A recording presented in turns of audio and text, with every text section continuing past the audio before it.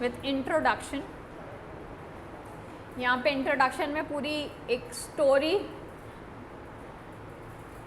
All human beings wherever they may be require different types of goods and services to satisfy their needs, यानी normal thing कि अगर आप कहीं पे भी बिलोंग करते हैं, कहीं पे भी आप रहते हो, if you are existing you have few of the requirements, है ना। और जो आपकी रिक्वायरमेंट्स है उसे इधर गुड्स और सर्विसेज के फॉर्म में आपको क्या करता है, एक बिजनेस प्रोवाइड कर रहा होता है। यू रिक्वायर दैट, और वो प्रोवाइड कौन करेगा आपको, एक बिजनेस कर रहा होगा।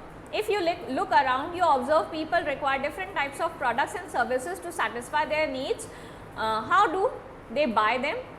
They go to the market, ये आपको पता है, either physically, electronic or over internet, where they find variety of the shops and sellers offering their required commodity and choose the best which they require। यानी आप क्या करते हो, एक मार्केट प्लेस है जहाँ पे आप परचेज करते हो, वो ऑनलाइन मार्केट प्लेस भी हो सकती है, ऑफलाइन भी हो सकती है, जहाँ पे वो आपको प्रोडक्ट मिल जाए और आप उसे परचेज कर लेते हो एज पर योर रिक्वायरमेंट या डिस्क्रिशन।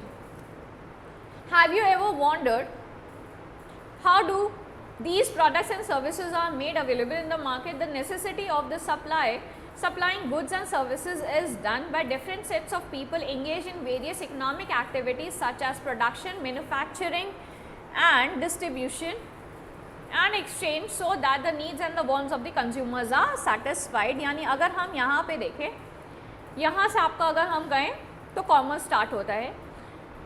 जो आपकी नेसेसिटी है ना, नेसेसिटी इकोनॉमिक्स में आपने सुना होगा कि डिमांड एंड सप्लाई का रिलेशनशिप, यानी नेसेसिटी आपकी अराइज होगी, ठीक है, तभी आप किसी चीज़ को परचेज करते हैं। आपकी रिक्वायरमेंट अराइज होगी, वांट अराइज होगी, तभी आप उस चीज़ को परचेज करोगे। तो जैसे ही नेसेसिटी आप आई आपकी, उस वक्त आपकी सप्लाई होनी चाहिए, है ना। आपको चाहिए वो चीज़ और वो सप्लाई उस, हम कहें उस पर्टिकुलर ब्रांड की नहीं है। तो आप क्लियर नहीं दिख रहा है, क्यों भाई, आपका नेटवर्क इशू होगा बेटा, यहाँ से कोई प्रॉब्लम नहीं है। जहाँ पे आपको, अगर हम कहें आपको बहुत अच्छे से नेट मिलता हो, वहाँ जाके बैठिए, वाईफाई,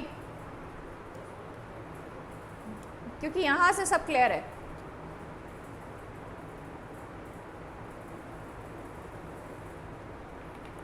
और कहोगे तो मैं और इसको और एक्सपैंड कर दूंगी।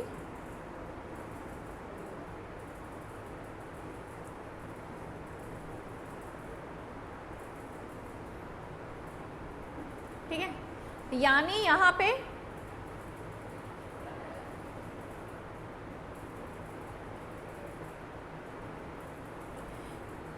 क्या है, नेसेसिटी होनी चाहिए, और नेसेसिटी के टाइम क्या होनी चाहिए, सप्लाई होनी चाहिए, क्योंकि सप्लाई होगी तभी वो प्रोडक्ट निकल पाएगा। अदरवाइज क्या है, हमारा कंज्यूमर स्विच कर जाएगा, वो किसी और प्रोडक्ट को कंज्यूम कर लेगा, यानी डिफरेंट ब्रांड्स को। And services is done in different sets of people engage in various economic activities. अब ये जो सप्लाई होता है, सप्लाई ऑफ गुड्स हो रहा हो या सर्विसेज हो रहा हो, इसमें कुछ लोग इन्वॉल्व होते हैं, ठीक है, कुछ कंपनीज इन्वॉल्व होती हैं, यानी we need some set, we need some group जो इस एक्टिविटी को आसान कर दे, है ना। इस एक्टिविटी को आसान करते हैं तो उनको हम वेरियस इकोनॉमिक एक्टिविटीज़ आती हैं, ठीक है, वो एक्टिविटीज़ जो हो रही हैं वो इकोनॉमिक एक्टिविटीज़ हो रही है। क्योंकि इकोनॉमिक एक्टिविटी हम क्यों कहते हैं उस चीज़ को, क्योंकि सिंपल सी चीज़ है, हर एक एक्टिविटी में पैसा इन्वॉल्व है और हम अर्न कर रहे हैं। जो भी मीडियोकर में जो भी सर्विसेज प्रोवाइड करेगा वो फ्री ऑफ कॉस्ट आपको करने वाला नहीं है, है ना। एक सिंपल सी चीज़ कि आपने बचपन से देखा होगा या सुना भी होगा, ये नॉर्मल सी चीज़ कि आपका जो भी प्रोड्यूस हो रहा है, गुड्स जो भी प्रोड्यूस होता है, ठीक है, वो एंड कंज्यूमर तक आता है तो वेरियस चैनल्स के थ्रू आता है ना। और जो डिफरेंट चैनल्स आ रहे हैं वो अपनी कॉस्ट ऐड ऑन करते जाते हैं, तब आपका MRP सेट होता है, ठीक है, दैट यू पे, है ना। तो जो डिफरेंट चैनल्स हैं, या उसे हम कह सकते हैं हमारा होलसेलर है, रिटेलर है, या जो भी चैनल जो भी इन्वॉल्व हो रहा है, अभी हम इलेबोरेटेड फॉर्म में आगे देखेंगे, बट जो भी बीच के लोग इन्वॉल्व हो रहे हैं वो क्या कर रहे हैं, कमा रहे हैं, और कमा रहे हैं तो that is an economic activity, ठीक है। जहाँ पे भी बिजनेस आ जाए, जहाँ पे भी आप you do something for earning, ठीक है, वो हो गई आपकी economic activity. Such as production, सबसे पहला उसमें आता है प्रोडक्शन, क्योंकि प्रोडक्शन ही नहीं होगा तो गुड्स मिलेंगे कहाँ से, सर्विसेज मिलेगी कहाँ से, तो we need to produce manufacture यानी हमें बनाना होगा, उसे साथ में लाना होगा, एंड जब ये हो गया तो हमें क्या करना होगा, डिस्ट्रीब्यूशन करना होगा, क्योंकि बन गया है और दिया नहीं है। हैंग कर रहा है, चला क्या जा रहा है बेचारा आज। हाँ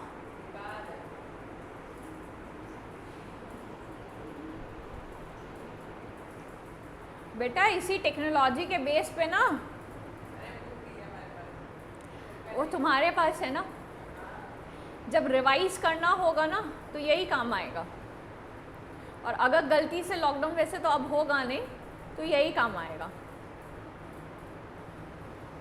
ठीक?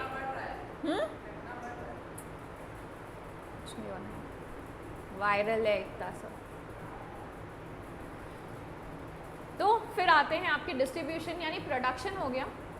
तो प्रोडक्शन अगर हो के खाली फैक्ट्री में पड़ा रहे तो उससे मतलब है नहीं, यू नीड टू डिस्ट्रीब्यूट, है ना।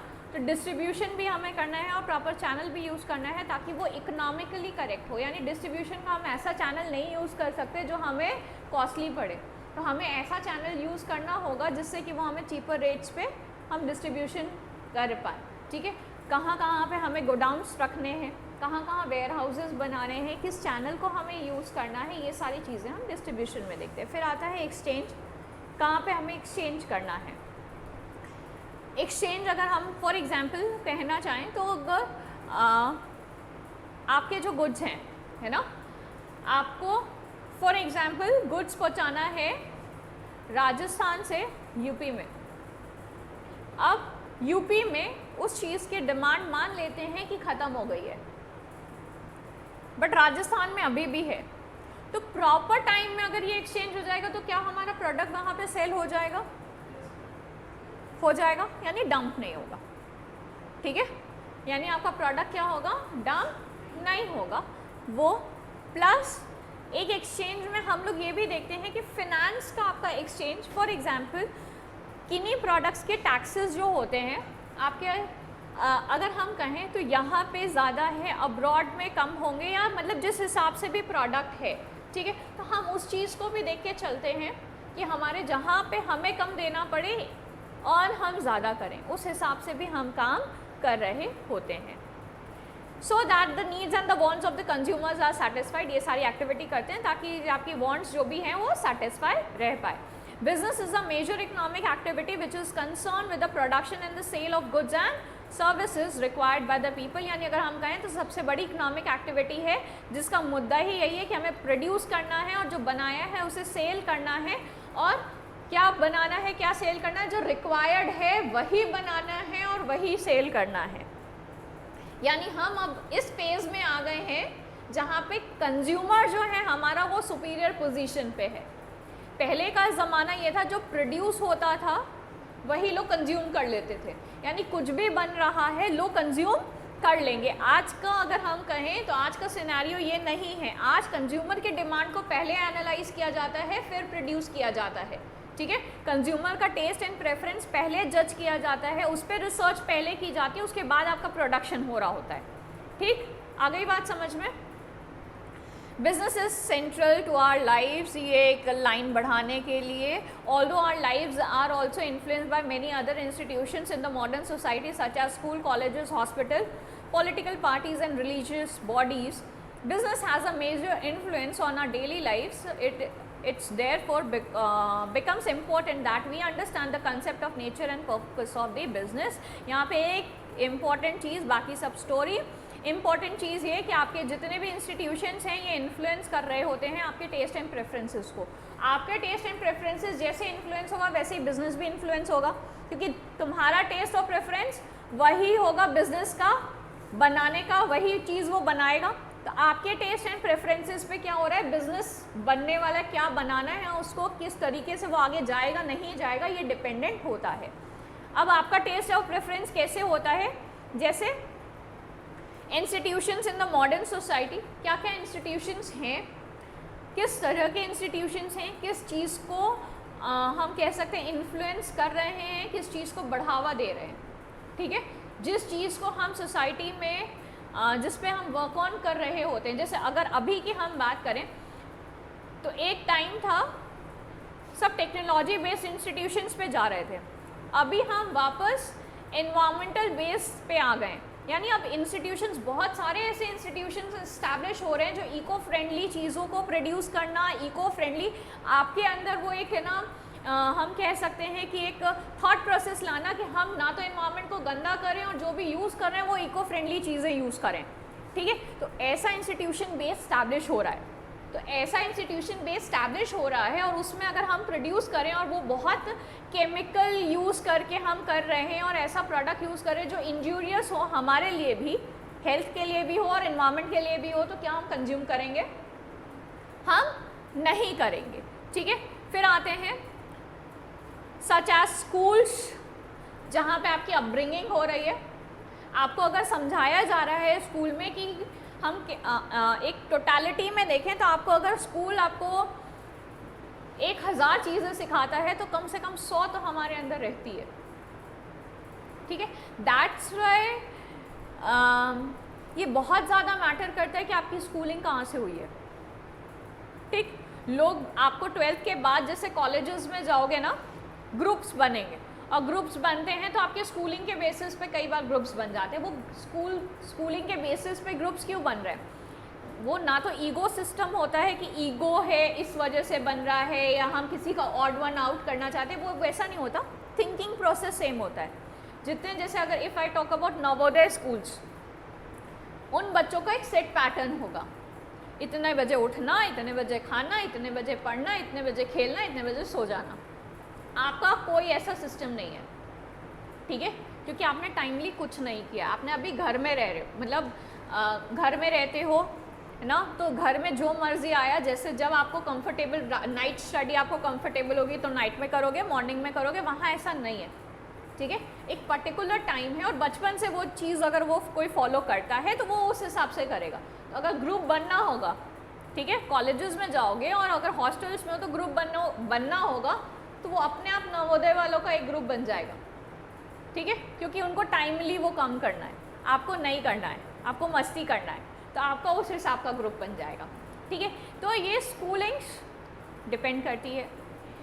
स्कूलिंग्स में आपको इफ़ आई से आपका जितना भी मेंटल सेटअप होता है अबाउट आई से कॉपरेशन, एक अगर हम कहें कोएड में जो स्टूडेंट्स पढ़ते हैं, ठीक है, वो जल्दी एक दूसरे में मिक्सअप हो जाते हैं। जो अगर कोएड में नहीं पढ़े हैं तो उनका मिक्सिंग थोड़ा डिफ़िकल्ट होता है, वो हेजिटेट करते हैं, ठीक है। तो इट डिपेंड्स कि आपकी स्कूलिंग कैसे हुई है और स्कूलिंग के बाद भी घर कैसा है। अगर मान लीजिए स्कूलिंग तो मान लीजिए अलग अलग भी हुआ चल जाएगा, बट घर में भी अगर सिबलिंग्स नहीं हैं, है ना, तो मिक्सिंग और ज़्यादा डिफ़िकल्ट, एक हेजिटेशन, एक हम है ना सोसाइटी में मिक्सअप होना, क्योंकि जो आप यहाँ पे होगे वही आगे सोसाइटी बनेगी।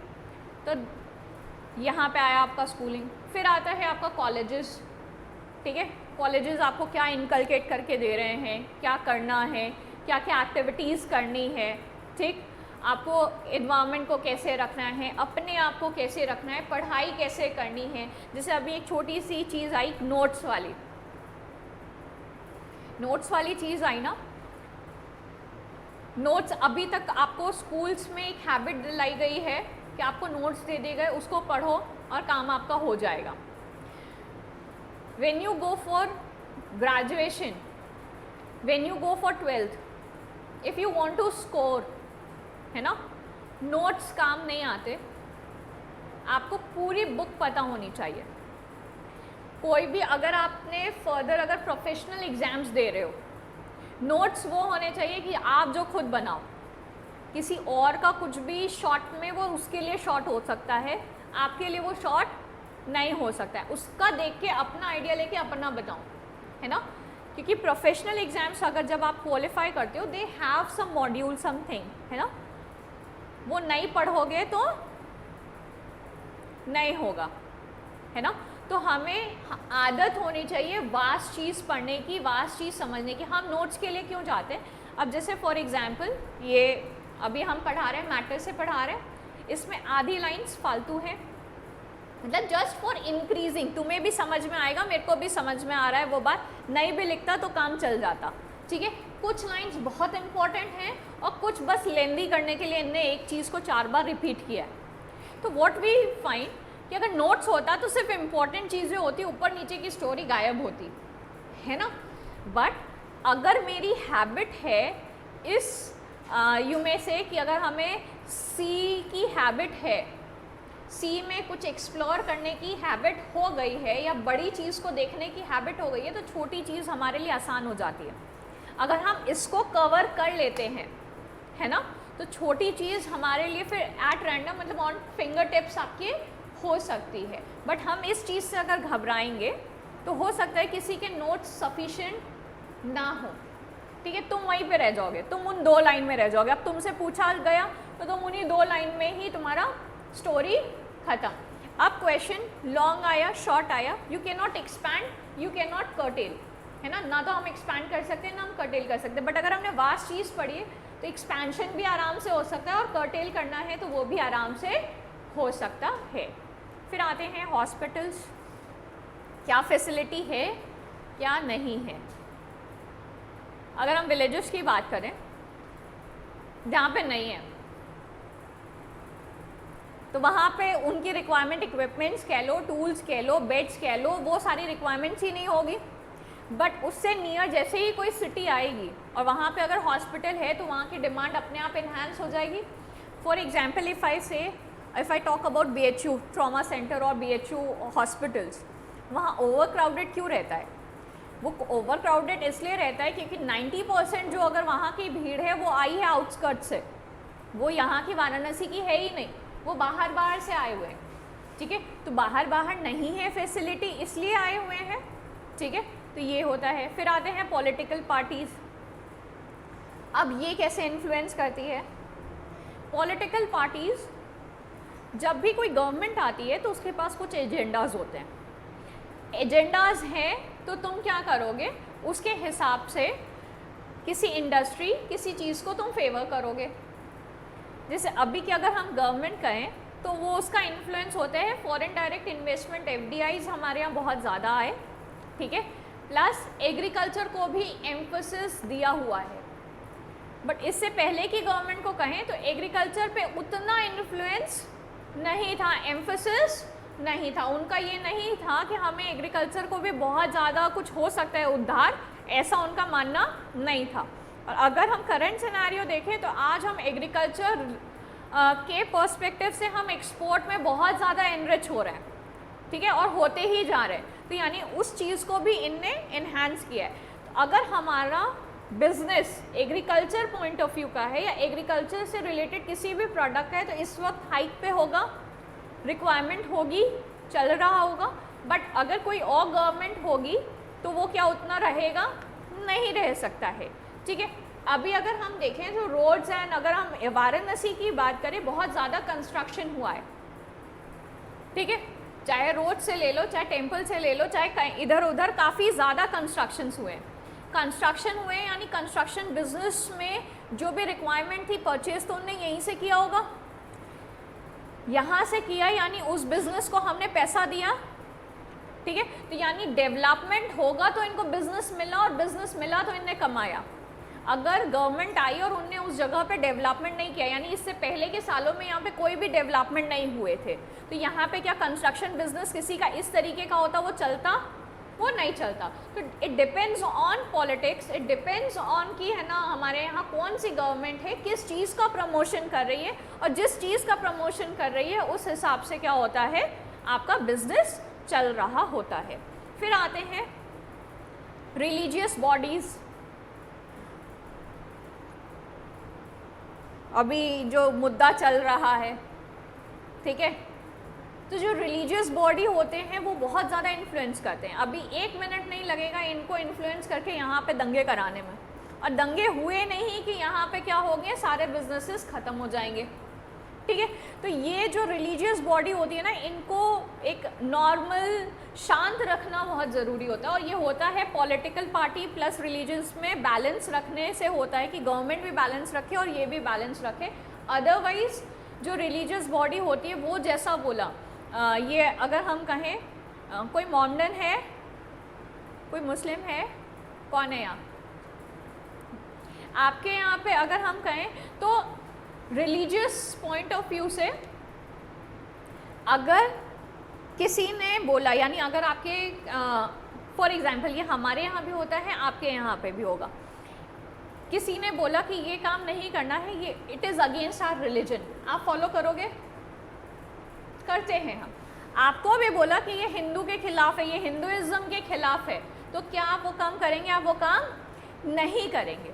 तो जब ये चीज़ हमारे अंदर होती है और उसी पर्टिकुलर चीज़ का बिजनेस है, तो वो चीज़ वहाँ से हट जाएगी, हटेगी कि नहीं हटेगी? फॉर एग्जाम्पल अगर इनके रिलीजन में बाय चांस एकदम स्ट्रिक्टली बोल दें एडुकेशन प्रोहिबिटेड है, आपको पढ़ना है तो आप है ना घर में पढ़िए, आपको बाहर नहीं जाना है, ठीक है? तो उन एरियाज़ में क्या स्कूल्स चलेंगे? हमारे यहाँ पे अब जाके विमेन एजुकेशन को इन्हांस किया गया। अगर हिंदूज़ की हम बात करें, इससे पहले क्या होता था? अगर if I go 30 years back, है ना, तो इतना नहीं था, है ना। गर्ल्स को अगर एकदम रूरल विलेज एरियाज़ में अगर हम कहें तो उनको तो भेजा भी नहीं जाता था, ठीक है। अब जाके आया है, एक मुहिम चलानी पड़ी, बेटी बचाओ बेटी पढ़ाओ, तब जाके यहाँ तक लड़कियाँ पढ़ पाई हैं, ठीक है। तो ये क्यों हुआ? ये रिलीजन के, कोई उनको मना नहीं करता था, रिलीजन उनको बोलता था, उनके गुरुज बोलते थे, ठीक है, कि it's wrong, don't send girls, है ना, टू स्कूल। ये सारे जो गुरु सदगुरु जो उस वक्त के होते थे, उनका ये दिमाग होता था और वहाँ उसने इनकलकेट किया, क्योंकि आप उनको मानते हैं, है ना, तो वहाँ से आपको मिला, आपने उस चीज़ को फॉलो किया। जो पेरेंट्स इस चीज़ को रोक के अपने बच्चों को आगे भेजा, ठीक है, उन्हीं के हम कहेंगे कि उनने एक डेवलपमेंट का रास्ता दिखाया और उनको देख के आगे के लोगों ने उसको फॉलो किया, ठीक है। तो ये चीज़ होती है। फिर आते हैं, business has a major influence on our daily life. ये तो story, it therefore becomes important that we understand the concept of nature. Now let's understand that business starts with production. अगर बिजनेस करना है तो कुछ बनाना पड़ेगा। अब प्रोडक्शन वो गुड्स का भी हो सकता है, सर्विसेज का भी हो सकता है, एंड एंड्स विथ कंजम्पशन, यानी ख़त्म कब होगा? जब हमने कंज्यूम कर लिया है, ठीक है।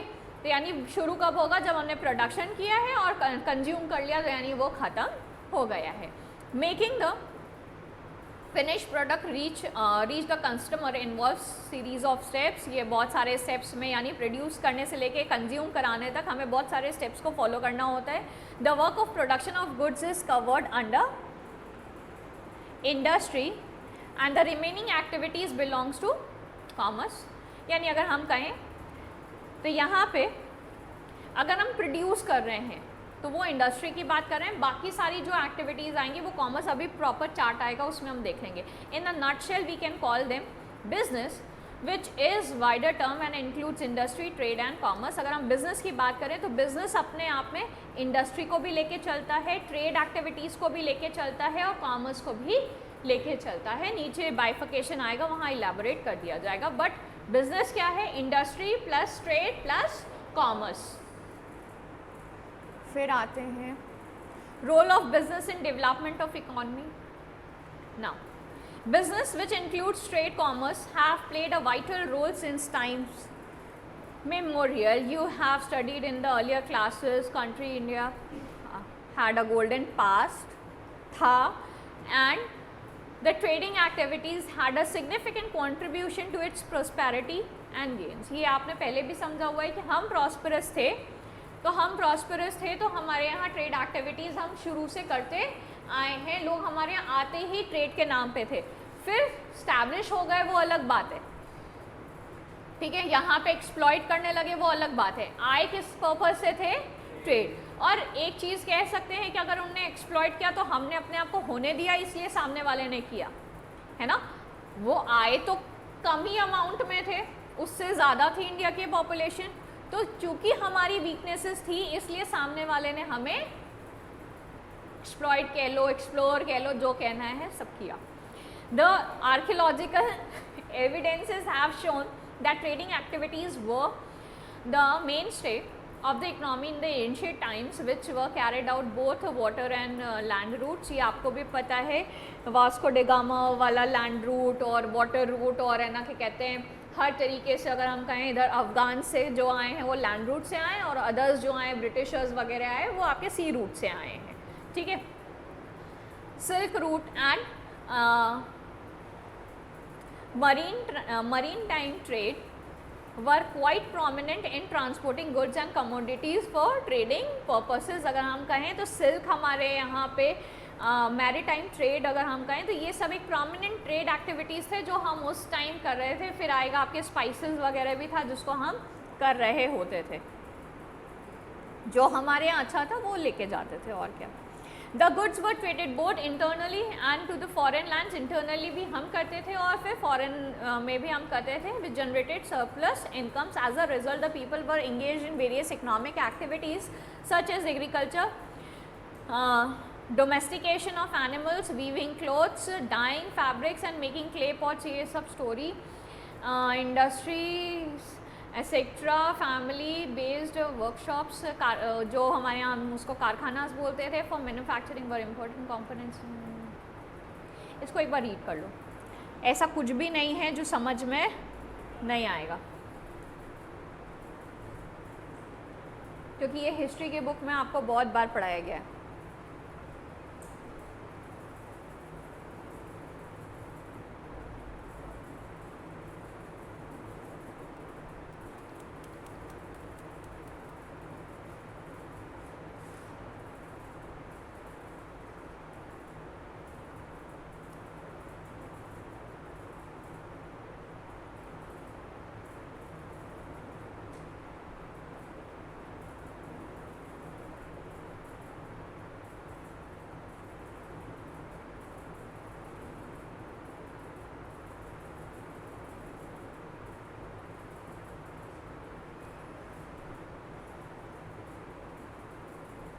Clear?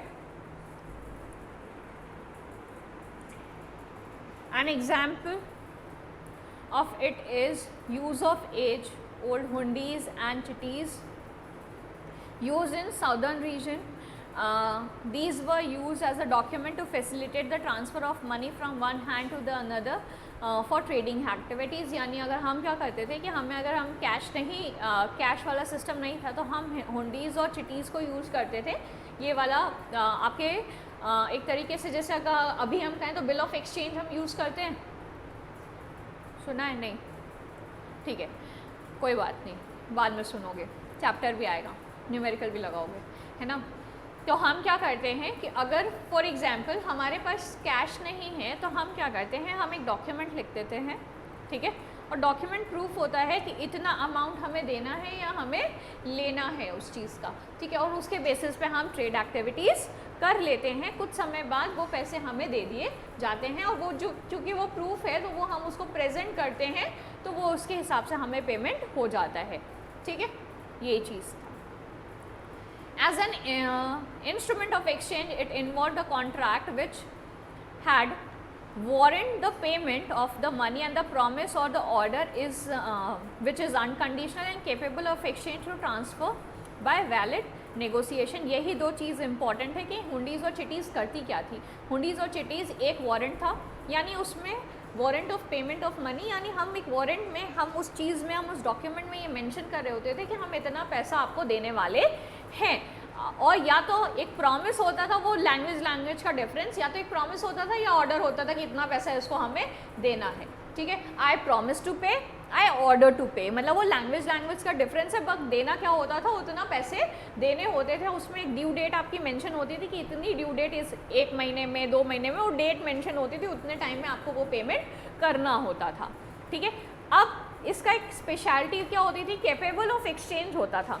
Capable of exchange, for example हमारे पास एक हुंडी लिखी गई है, ठीक है, अब मान लो ये अभी के हम कहें तो 30,000 रुपये की लिखी गई है, ठीक है, मान लो 30,000 की हुंडी हम कैरी करते हैं, तो अब मेरे पास वो जो हुंडी है उससे हम क्या कर सकते हैं, हमने किसी को दिया गुड्स, उसने बोला हम 30,000 आपको 3 मंथ्स में रिटर्न कर देंगे या 2 मंथ्स में हम रिटर्न कर देंगे। अब 2 मंथ्स तक मेरे पास तो कैश आया नहीं, तो मैंने क्या किया, मुझे किसी से गुड्स लेने थे तो मैंने उस हुंडी को उसको ट्रांसफ़र कर दिया, ठीक है।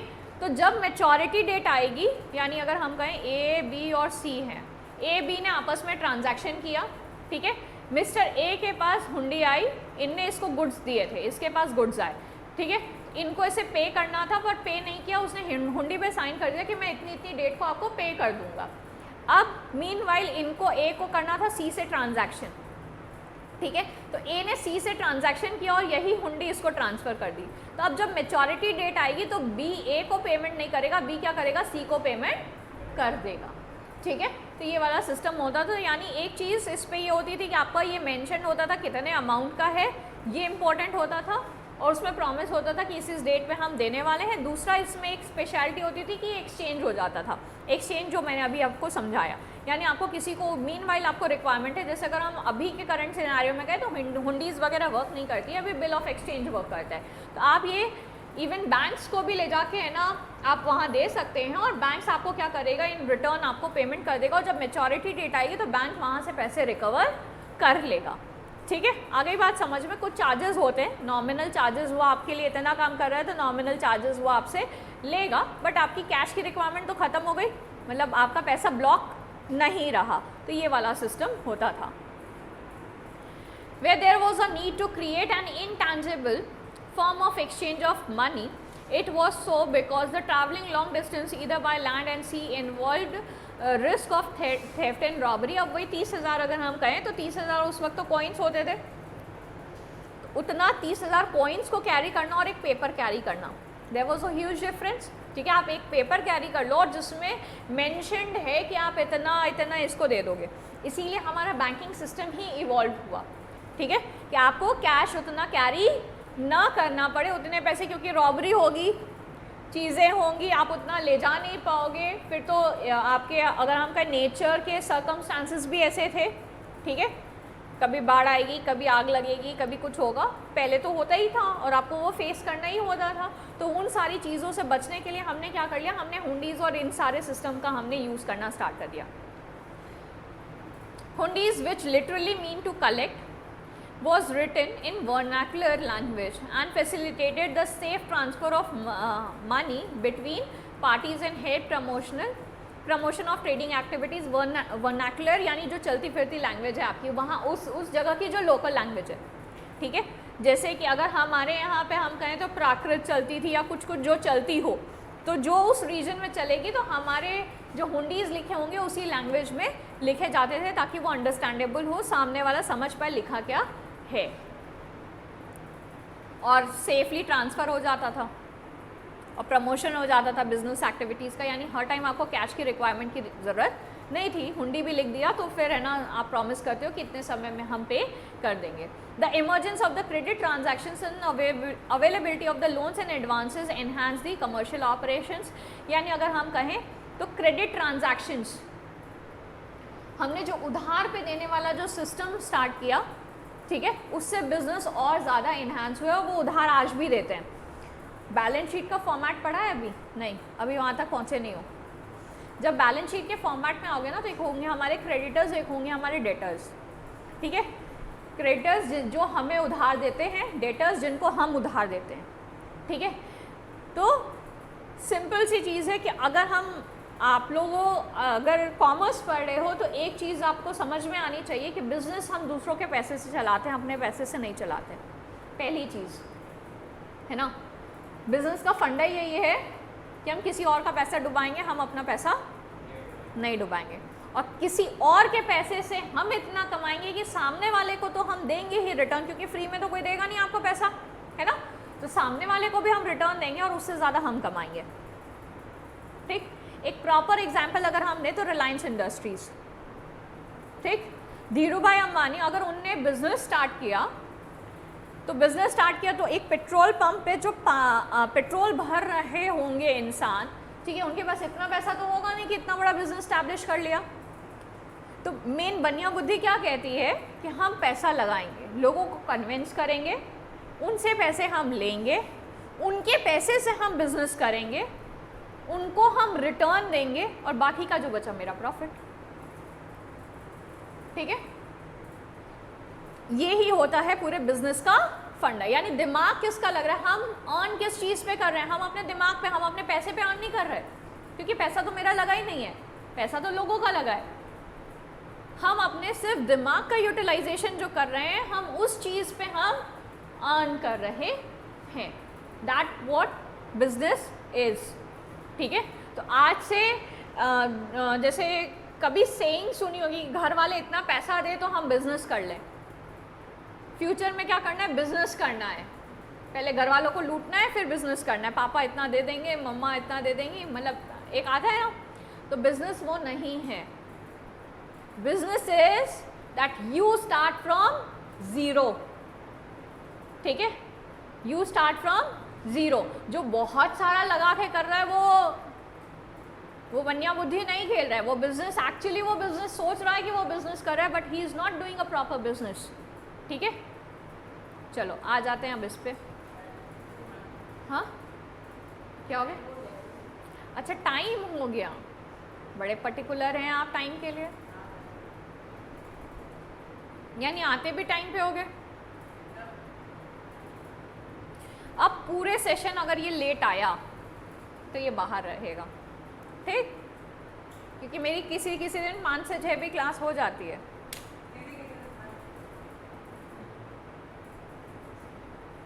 चलो, so we end this session here only. हाँ, क्योंकि ये लंबा चौड़ा है, बहुत लंबा जाएगा, ये ख़त्म नहीं होगा। So we end this session here only. तो अगर हम यहाँ का इम्पोर्टेंट करें तो इसमें सिर्फ हुंडीज़ इम्पोर्टेंट था। हाँ, हुंडीज़ चिटीज़ मतलब, और उसमें भी वो 2 चीज़ इम्पोर्टेंट थी कि वो किस लिए होते हैं। एक एक्सचेंज के लिए होते हैं, ठीक है, और एक है ना प्रॉमिस होता है या ऑर्डर होता है आपका पे करने के लिए। बाकी सब स्टोरी थी, वो पता होनी चाहिए। Tomorrow I will ask